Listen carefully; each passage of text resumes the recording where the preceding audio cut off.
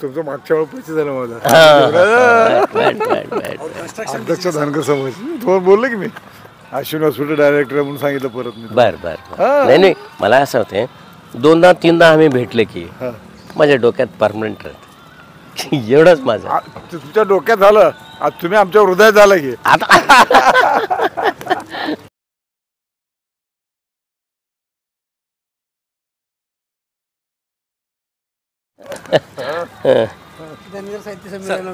हा मग त्यामध्ये ಎಲೆಕ್ಟ್ರಾನಿಕ್ ಶಾಪ್ ಇತ್ತಲ್ಲ ಹೌದಲ್ಲ ಸೋನಿ ಡಿಸ್ಟ್ರಿಬ್ಯೂಟರ್ ಇಲ್ಲ ನಾನು ಬಂದೇನು ಒಂದ್ಸಲ. ಓಕೆ ಗ್ಲಾಸ್ ಅದು ನೋಡ್ರಿ ಮುಂದೆ ಹಿಂದೆ ಅದನ್ನು ನಿಮ್ಗೆ ಗೊತ್ತಿಲ್ಲ, ನಿಮ್ಮ ತಂದೆಯವರು ಇದ್ದರು ಯಾರು ಗೊತ್ತು ನನಗೆ.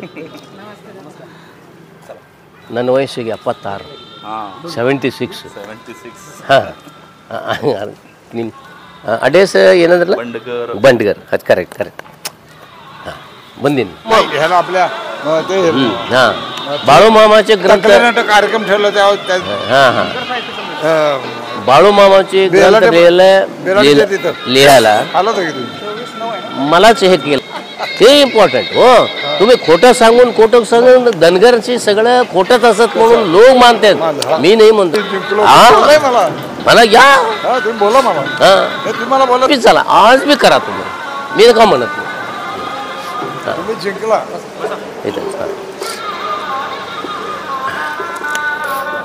या या भद्रके सागराला खोली, सागराची खोली, हिमालयाची उंची असे मान्यवर आज आपल्याला लाभलेले बिज्जरगी सर यांचा फेटा मारून सत्कार करण्यात येत आहे.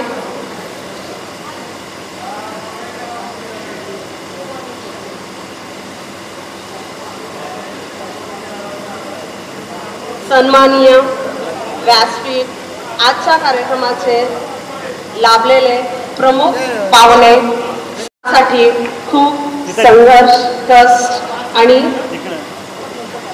तडजोड करून नागेनगिरी सर आणि त्यांची सदस्य टीम एकत्रित येऊन कार्यरत होऊन हे सगळ्यांसाठी व्यासपीठ आणि आपल्यासाठी सोय उपलब्ध करून दिलेली आहे. त्यासाठी मी नागेनगिरी सरांचे मनापासून आसन ग्रस्त करावं. राजमाता सामाजिक प्रतिष्ठान या मार्फत आपल्याला स्वागत सुस्वागत सुस्वागत.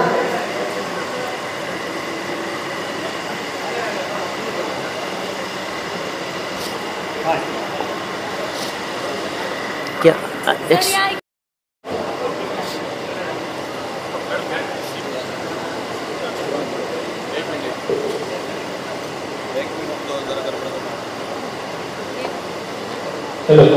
प्रतिष्ठानचे अध्यक्ष नागेंद्र साहेब यांना विनंती आहे लवकर सूचना येत आहे. नागेंद्र साहेब फक्त 2 मिनिटासाठी येऊन जावा, फक्त 2 मिनिटासाठी. नागेंद्र साहेब 2 मिनिटासाठी येऊन जावा. आम्हाला सर्वांना माहिती नाही कारण हा पूर्ण समाजासाठी पूर्ण जिल्हावर जिल्ह्याच्या बाहेर सुद्धा हे प्रतिष्ठान काम करतं.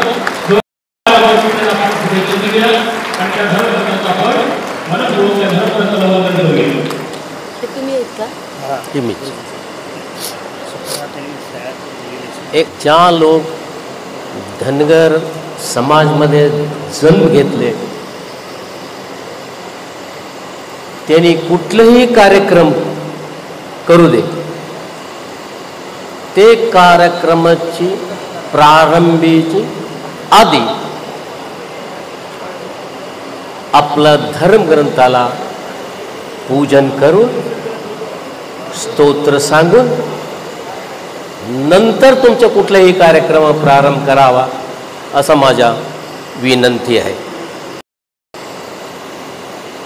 आकाशात पतितं तोयम यथा गच्छति सागरम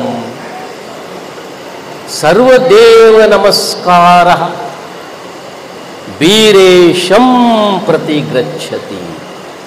जे भारतात किती लोक बी धनगर असू दे त्यांचे अत्यंत प्राचीन दैवा हे बिरोबा आहे. हे तुमच्या लक्षात यायला पाहिजे. बिरोबा सोडून दुसरी सगळे देव खालचं देव आहे म्हणून त्याच्या लक्षात ठेवून आता बिरोबाची पूजा करायचं. तुम्ही सगळे मनात ठेवून करा.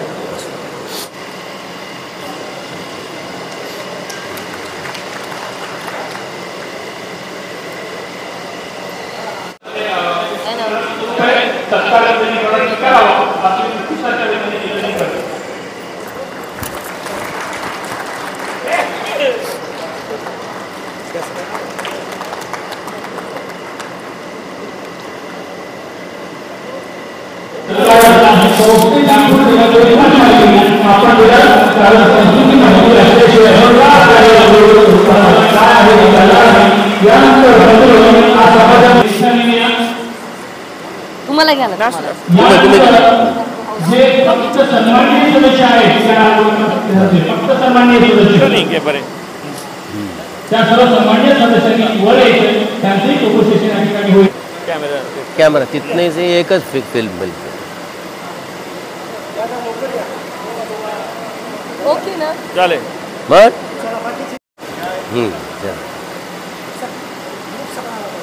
ओ वनमानी सर इथे या तुम्ही खूप कोपऱ्यात जाऊ या. आणि मला आवर्जून आपल्या मी मार्गदर्शन करणार आहे. मी तुम्हाला करते इथं मला दिसते बरोबर परीक्षा मिळावा आहे परंतु त्या बघूच्या आणि करायच्या आईवडीलच्या आधी त्याला दिसत आहे. मला वाटतं तुमचं ते आई बाबा येते मुलांच्या आणि मला असं वाटतं की आधी कार्यक्रम वारंवार व्हायला पाहिजे परंतु अलीकडच्या काळात हे मला जाणत होते की आपल्याला समजले की आपण अलीकडे खूपच शिक्षण वातावरणात जास्त वाटतो. आपल्या सगळ्यांच्या अपेक्षा वाढते.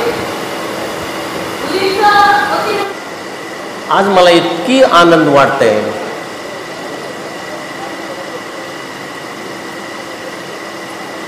महाराष्ट्रात वधू-वर मेळावा अत्यंत चांगल्यापणे आता साजर करत आहे. त्याला मी फार आभारी आहे. इतिहासात पौराणिक कथामध्ये आम्ही ऐकलं तर त्याला तिथे महिलाला स्वतंत्र होतं त्यामुळे स्वयंवर म्हणून आपण त्याला नाव दिले. एक महिला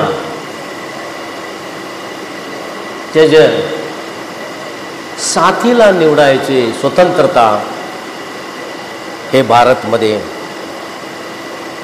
असलेले आता इतिहास आहे. ज्या काळात महिलांची संख्या पुरुष संख्यापेक्षा अत्यंत कमी प्रमाण असतं त्यामध्ये हे स्वयंवर आचरणमध्ये आले. आता येता येता काल बदलून पुरुष प्रधान कुटुंब ज्या टायमात उन्नतीमध्ये आले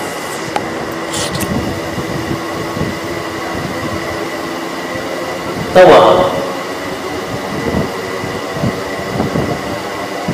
पुरुष स्वतः महिलाला चॉईस करायची पद्धत काढून ह्याचे अर्थ काय म्हणजे महिला संख्या पुरुषा संख्यापेक्षा वाढल्यामुळे महिलांना महत्व कमी झालं. तवा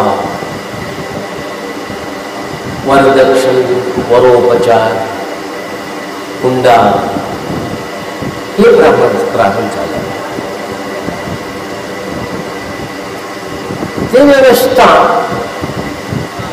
अजूनही चालू आहे, आता पुढेही चालू असणार. का म्हणले? हा मला कोणाला मुली नको होतो. प्रत्येक कुटुंबाला मुली नको, मुलगाच पाहिजे म्हणून काय आशा आपल्याकडे आहे. आता महिलांची संख्या कमी होत आहे. 10-15-20 वर्षात तुम्हाला पुरुषांना मुलीच मिळत. तेव्हा रामायण कालची आठवण तुम्हाला येते. रावण सीताला उडवून नेला. एक कथा आहे. त्या टायमात तेच व्यवस्था होते. महिलांना उचलून नेऊन त्याला पत्नी समान ठेवायचं, त्या काळात एक व्यवस्था होते. तर आता आपल्याला ते व्यवस्था आपल्याला बरं वाटत नाही, ते पाप म्हणून आपण बोलतो. केव्हापर्यंत स्त्री पुरुषांची जननाची संख्या समान असते, त्याला दोघांना बी, पुरुषांना बी स्त्रियांना बी सुख संतोष मध्ये राहायचं एक व्यवस्था आहे.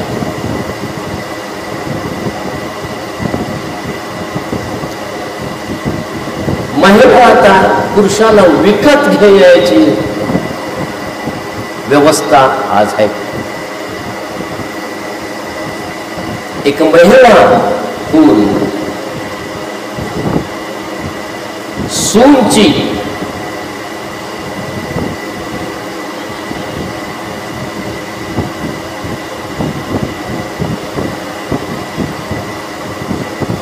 पसंत करायचं आता वेगळं दृष्टिकोन बघायचं. कधी महिला आणि पुरुष एकच पातळीवर त्यांचे हा लक्ष असायला पाहिजे. अच्छा, पहिले काळात असं आपले वडील आजोबा असं मला सांगत होते, हे तुमच्या आजीला पैसे घेऊन खरीद करून आणले. आता म्हणते महिला पुरुषाला खरीद करून आणलेले ही व्यवस्था. असलं मनोभाव जरा कमी करायचा माझा आग्रह आहे. संसारमध्ये जीवनमध्ये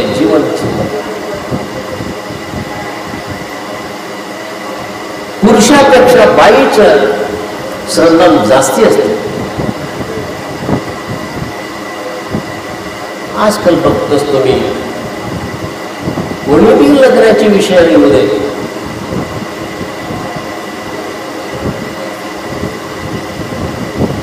मुलीला नोकरी असलेलीच पाहिजे. असं काय येणंपणा आपल्याकडे. भारतात आता नोकरीची संख्या 1.0% आहे. आता 100 मध्ये 1.1 ला आता नोकरी मिळते.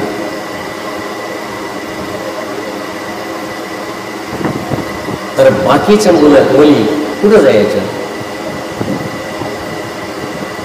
आमच्या विचार काय काय हे मिळाले.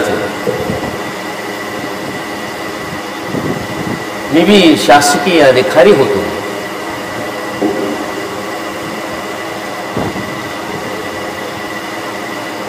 मी कुठेही मुलीला बघायला नाही गेलो हे विचार ठेवा. 52 वर्षापूर्वी 52 years बॅक मी अधिकारी होतो. आमच्या बहीणला बघायला एक फॅमिली आली. मी तेच रेल्वे स्टेशनमध्ये त्यांना पाहिलं. तेच रेल्वे स्टेशनला मी पुढं ड्युटीला जाणार होतो. पुढं पाहिलो बस रेल्वेमध्ये त्या मुलीला बघितलं. माझं आपोआप माझ्या छातीत काहीतरी वाटलं. मी आधी खरं होतो ते तुम्ही कसं हे करता आणि विचारलं हे मुलगी आपल्या जातीचं आहे का नाही. वापस दुसऱ्या दिवशी आले. आमच्या सगळे सगळे म्हटले का मुलगी पसंत आल्या काय. म्हटले अरे कुठं मुलगी आहे काय आहे. मुली पसंत आहे म्हटलं तर काय करायचं. तर ती आली आहे ना ती मुलगी ते लग्नाची आहे. बरे आपल्या जातीचं राईट मला पसंत आहे. जे संध्याकाळी माझ्या बहिणीचे निश्चय म्हणजे काय फिक्स नाही होते. 10ला जाऊन सामान आणले. 4ला माझा निश्चय झाले म्हणजे काय चाकरपड झालं. हे दैवत आहे ह्याला दैवत. माझ्या लग्न 52 वर्ष चालू आहे आता. आजपर्यंत आपलं कुठलंही भांडण नाही झालं.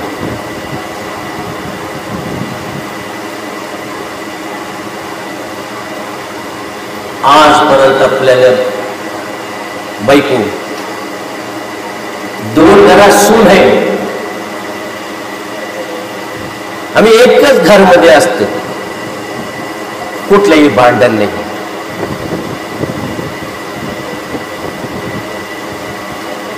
कित्येकदा माझ्या मंडळी पत्नी सोनाची केस विचारली. अंघोळ घालते आजपर्यंत.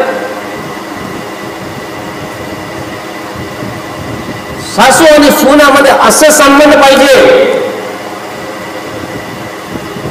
लग्न झालं की चला बाहेर.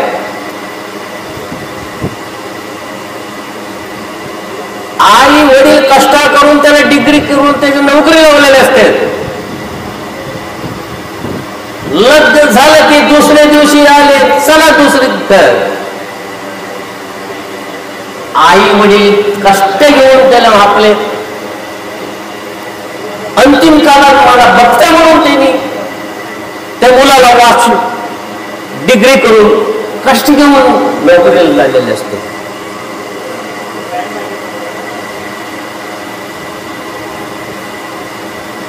तर आम्ही आई वडिलाला आम्ही मर्यादा देत आहे काय.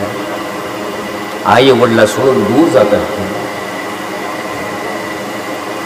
धनगर समाज किंवा हालुमत धर्म मध्ये कधी बी हजारो वर्षेपर्यंत आई वडील सगळे एकत्र राहायचे इतिहास आहे. ते तुम्ही पहिले हे लक्षात आणून आजच्या मेळाव्यामध्ये आलेली सून माझ्या मुलगी समजा हे असलं तुमचा विचार केला तर आपल्या असलं तर चांगलं संसार चांगला असतो. चांगलं जीवन करा. त्याच्यासून आपली डिग्री आणि ह्याचे आपण प्रिस्टेज कधी बी बघू नका. मला हे जास्तीत जास्त मला माझं समोर उज्ज्वल पाणी हितच आहे. मला महाराष्ट्रात फार आपले धनगर समाजाची मेळाव्यामध्ये त्यांनी पार्टिसिपेशन करण्याचे अवकाश दिले आणि हे सगळं बसलेले लोक तिथे अवकाश दिले. ते दिले म्हणून मी तुमच्याकडं तुमच्या समाजात आहे. पहिले आपले समाजचा इतिहास बघा नंतर तुम्ही पुढं व्हा. जीवनात सुख पावायचे असल्या तर आशा सोडा. एवढं सोड मी आजच्या हे माझा भाषण समाप्त होतो. काय तुम्ही सगळं बसल्याचे काम करतात काय. मुली बोलायचा मुलगा मोठ्या बोलायचा. माझ्या शब्द काय तुमचं काय ह्याच्यामध्ये आहे. ह्यामध्ये आपल्याला हे उपन्यास किंवा चांगलं हे कानात जात. ज्या माणूसला पोट खाली झालं की डोळे बंद होते, कान बंद होते, त्याच्या हंसाकडपर्यंत त्याचे हे असतं. त्यासाठी तुम्हाला पुढच्या तुम्हाला अवकाश मिळू दे म्हणून मी थोडीशी टाईममध्ये बंद केलं. मी माझं भाषण कमी 3 तासपर्यंत मी बोलतो. 3 तास. सगळ्यांना नमस्कार.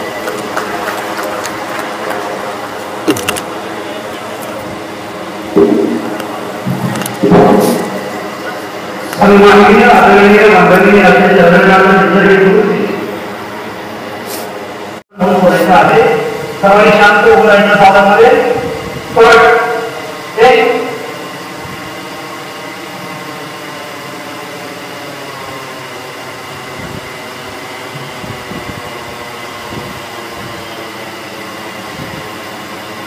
ओम शांती शांती शांती. बसून घ्या. आभार मानण्यासाठी आजच्या या